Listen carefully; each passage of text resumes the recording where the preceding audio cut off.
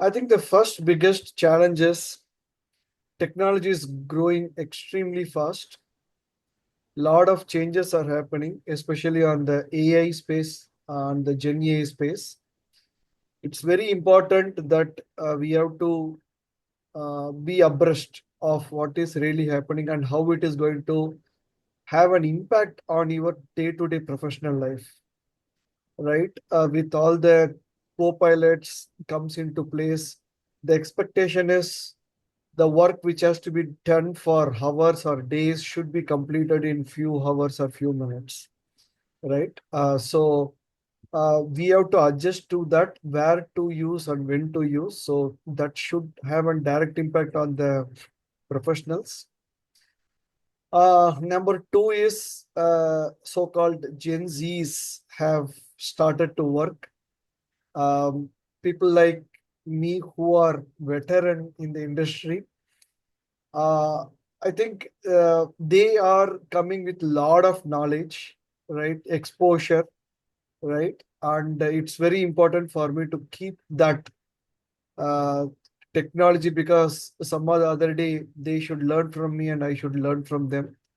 So it's very important for any professionals in the IT today to be, technical savvy in nature, continue to be on the technology path and see the impact and the required adjustments where they have to make in the day-on-day work. On that point about AI, I was at the CFO summit and I was asked this question. Do you think AI will take away jobs? And my answer to that was people were saying, okay, yeah, it will help uh, you to become more productive. But my blunt answer was, yes, it will. For the fact that current people, if they become abreast, will not lose their jobs. But the hiring will go down because people will expect to be more productive. Yeah. I mean, do you prescribe to that or what's your view on this? I second your opinion on that, Ashish. They are not going to replace jobs. Rather, it is going to help us to do some of the tasks much faster. So the expansion of additional resources requirement is expected to go down, right? So, for example, if I have 10 people in my team and if I wanted to add 8 more or 10 more, I don't think that will be required in the near future, because the expectation is with AI comes into place and it helps you in all the requisite steps, right? And it is going to help you to keep up at the same level and not adding more resource unless it is, really required. So I second your opinion on that, Ashish. Yeah, right. That's very true. Yeah. People will expect it to become more productive. And that point again, coming back to the mutual learning, you say it's a challenge, and I agree with you that that mindset that we can learn from people who are joining is also a challenge, right? To get to that level, uh, correct? So the challenge comes in that way that are we really eager to learn from people junior to us, correct? Absolutely, Ashish. I think one of my critical learning, right, working with multiple levels of people is first thing, as a senior person, you should have a quality to shun your ego, right? Uh, Gone are the days where your knowledge and other things are only within you, right? Now anyone can do the search anything online, and all the you know solutions are available online. Right. So the dependency on the seniors in terms of looking up for a solution has gone down, right? That is number one. So it is very important for the seniors to shun your ego that you only know everything. Rather, it is better that you work with all of them as a team, right? So that you will learn something out of them, they will learn something out of you. Else, I don't think we will become a cohesive team. And if you don't do that, especially for seniors, you will not be in that position sooner, right? So it is very important to steer the team and be ready to learn from anyone, right?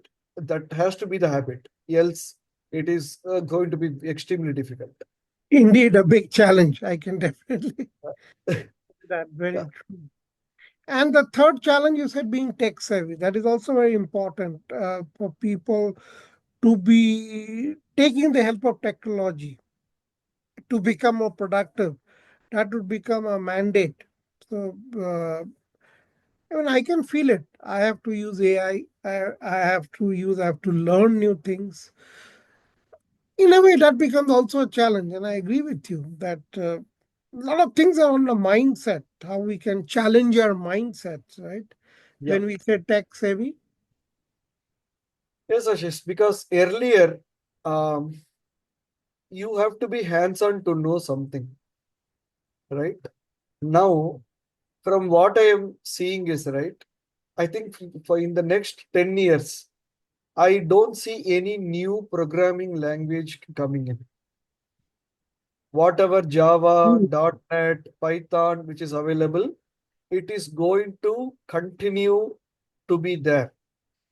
Gone are the days where every year we will have different versions. We have to upskill ourselves, upgrade ourselves. No, I don't think that is going to be there for at least our next gens, right? Because these are already written by the AI, right? Mhm, yeah. So for example, right, I wanted to do a statistical based calculation. All I can go and say to AI is, hey, I want like this. It goes and writes the Python program at the back end by itself on a serverless model. It executes that on its own, gives me the result. Whether it runs on older version or Python, new version or Python, I don't have to care because it is taken care by the technology itself already. But I should know what to ask, when to ask, and how to ask, right? That is where the expertise will come. If I don't know that, whatever I am going to give an input will be wrong and the output will be also wrong, right? And the other important aspect is you cannot just go with AI result as the a final outcome because AI are hallucinating based on what you ask and how you ask. So that experience also plays a very important role to validate whether that output is right and whether we can use it or not, right? So that is where I see a human in the loop comes into place when AI is used, right? And that is where the next gen will even, I don't think they will even have to know any programming languages like how you do, right? All will be taken care by the AI itself, which will automatically run and show you the output. So that is where I believe the technology plays a very important role, and it is going to change the way we do things now.